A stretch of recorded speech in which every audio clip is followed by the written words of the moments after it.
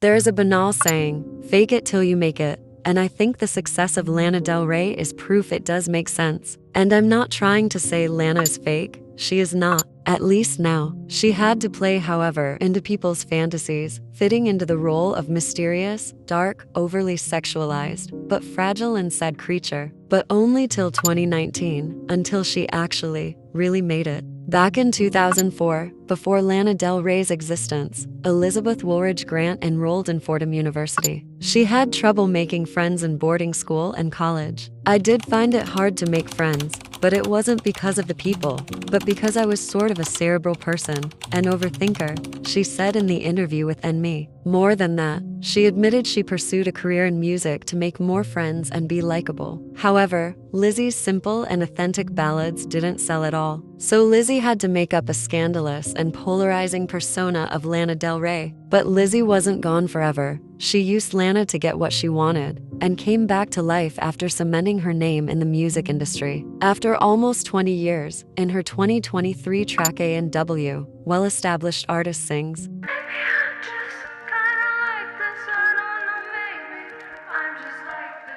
all the way through to the delirious liberation of accepting her status as a lifelong outcast, doesn't try to fit in anymore. In this video essay, I will try to prove that recent music by Del Rey is nothing but Lizzy Grant finally feeling confident to be seen again.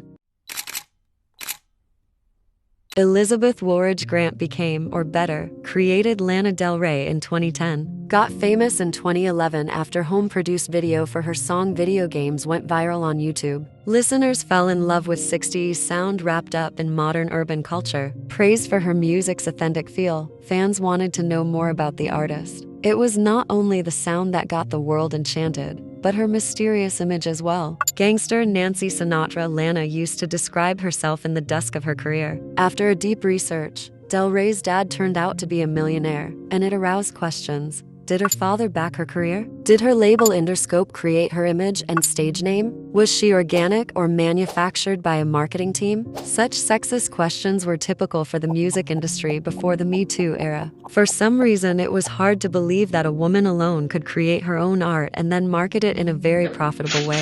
Interscope executive Larry Jackson had to defend her creativity, saying, "There's no video treatment we've come up with. We haven't produced the records. It's 100% solely her." After finally accepting that Grant had created the stage persona for herself and had chosen the stage name, the questions shifted to whether Lana Del Rey was fake. "There are a lot of things that don't seem organic about it," said Stephen Horowitz, who wrote a cover story about Del Rey for Billboard magazine. "She's putting on a show. She's here to entertain us. I think Lana Del Rey is manufactured, but when Lizzy Grant came out with music it failed. So she reinvented herself and it worked," said Noah Levy, senior news editor at In Touch Weekly magazine. Even if she did manufacture Lana Del Rey, so what? Del Rey was employing one of the oldest tricks in the book, the creation of a stage persona. Some of the greatest names have done it. Take, for example, David Bowie, Madonna, or Lady Gaga. We mustn't forget that music is a part of show business, and an artist has to be a smart business person to succeed. Lizzy Grant wasn't selling, so Lana, a brilliant businesswoman, recalled the product, rebranded it, and manufactured something nobody could ignore. It's indisputable that Lana Del Rey was fitter for a sensational breakthrough than Lizzy ever could be. But was Lizzy completely swept away by Lana? "My intention was never to transform into a different person," Lana clarified. Lizzy wasn't gone, but skillfully enfolded in a glittery wrap of pop music with subtle hip-hop undertone. Take, for example, National Anthem, a song that fully reflects the image the singer created for herself, along with the spirit of her first album, Born to Die. It smells of nostalgia for times so far in the past Lana, the author of the song, has never experienced. A nostalgia for a stereotype, a cliché lifestyle you find in books such as Great Gatsby, A Fantasy World.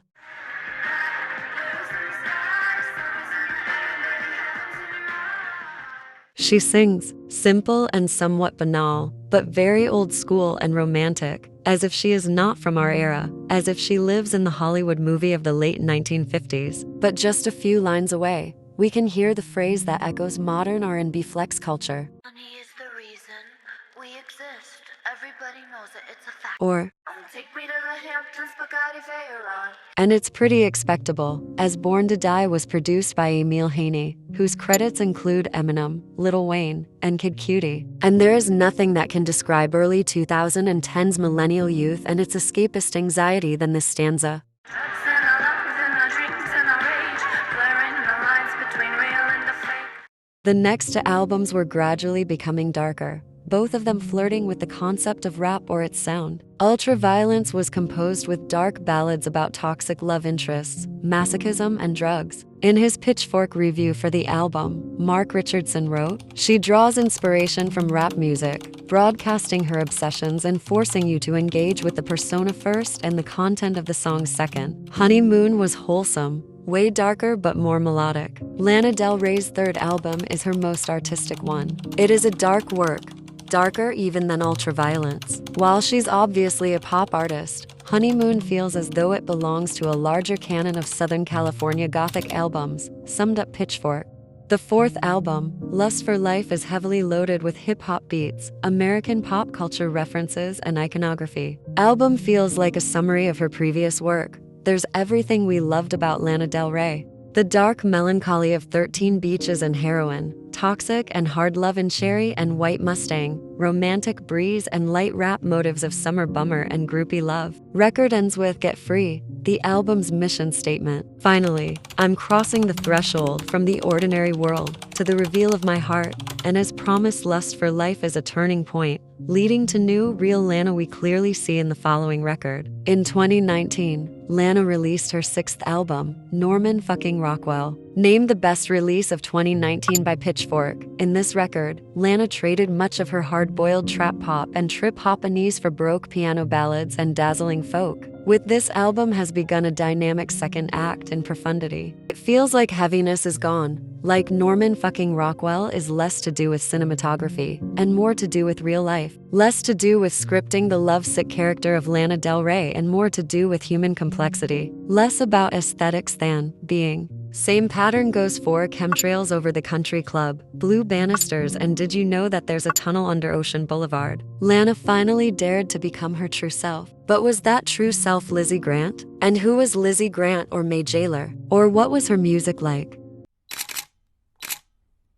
Before Lana Del Rey, Elizabeth Grant went by the stage name May Jailer, evolving into Lizzy Grant and the Phenomena, shortly becoming Sparkle Jump Rope Queen, and eventually becoming Lizzy Grant. She didn't display much interest in music until her uncle taught her how to play the guitar when she was 18. Lizzy realized she could write a million songs with the 6 guitar chords and started experimenting. Soon you could hear her sing in underground bars of New York. In 2006, May Jailer released her first album, Sirens. Almost all of the songs on the album fall into the same range, and many are in the same key. Every track is solely composed of only Del Rey's vocals and acoustic guitar. Almost all tracks have Del Rey singing in a higher register with feathery vocals. The album is devoid of the hip-hop beats, electronic tones, and experimental music found on Born to Die and every album until Norman Fucking Rockwell.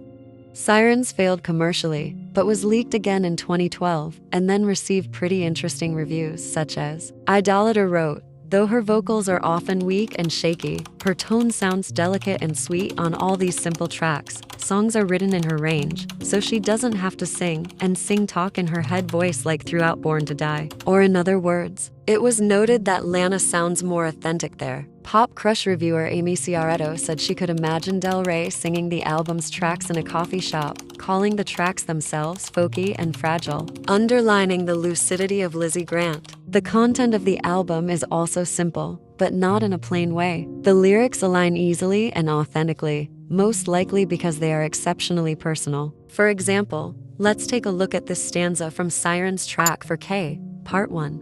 Kay's a friend of mine. I think about him as he does time. Mrs. White Wine. Funny, I don't feel free even though it's not me. K is an unknown man, a romantic interest of Lana. Some say K stands for Kevin, but it's unconfirmed. Anyways, this stanza shows two things. First, Lana's poetry improved a lot through her years up to her latest record, Did You Know That There's a Tunnel Under Ocean Boulevard? Secondly, its content and spirit it carries is oddly close to her most recent songs. Take, for example, this verse from Blue Bannisters. "'Cause there's a man that's in my past. There's a man that's still right here. He's real enough to touch, and in my darkest nights he's shining."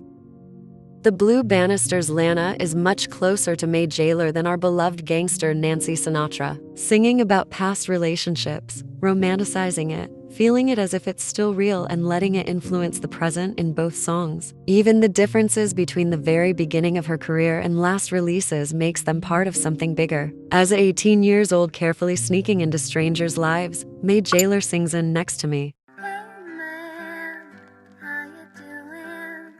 Would you like to sit next to me? As opposed to A&W where Lana, age 36, twice older woman, gets what she wants without asking twice or hesitating. Calling rock, come into my bedroom. Ended up we fucked on the hotel floor. I see Norman Fucking Rockwell, chemtrails over the country club, Blue Bannisters, and did you know that there's a tunnel under Ocean Boulevard as a continuation of Sirens, but not a direct one? It's like the pages of May's diary were ripped off right after the opener chapter of Sirens and erased the link swiftly leading to her Norman Fucking Rockwell era.